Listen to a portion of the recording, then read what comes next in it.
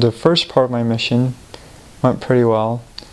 We taught a lot of people, and they'd come to church, and I baptized one sister in my first area.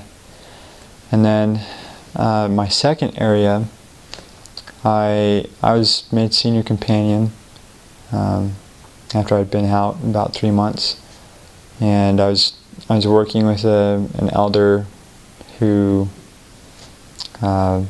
he had just barely come out, and he was very much like I was. He was very quiet, didn't really like to talk to people, and so that stretched me quite a bit, because I didn't really like talking to people.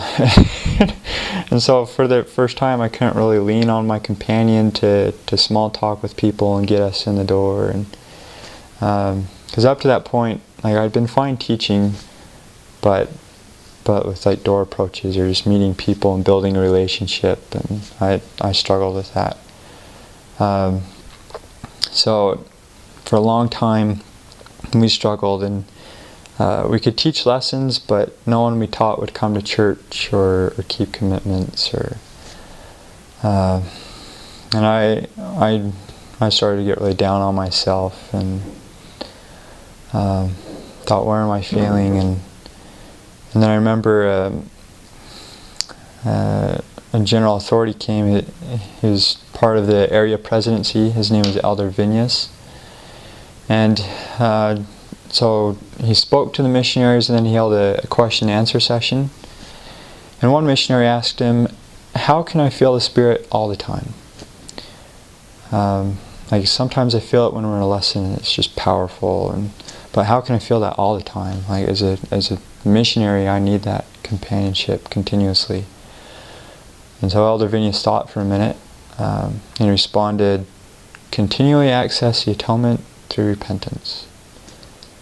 And he clarified, just any time that you have a sinful thought, just check yourself, stop, and give a short little mental prayer, like, I'm sorry I thought that.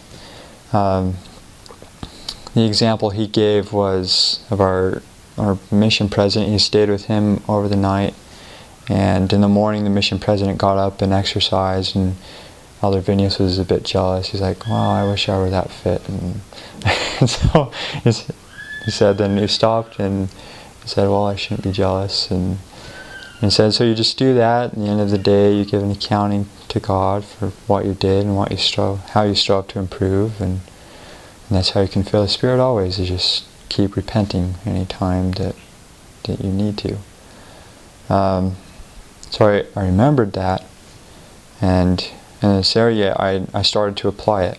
And like, if for some reason I felt to mentally criticize my companion because he was getting out of the door late when we were headed out or something, I would just stop and kind of say a silent little prayer in my heart and keep going. And that made a tremendous change, and I really did feel the Spirit. So from there I started having all sorts of experiences.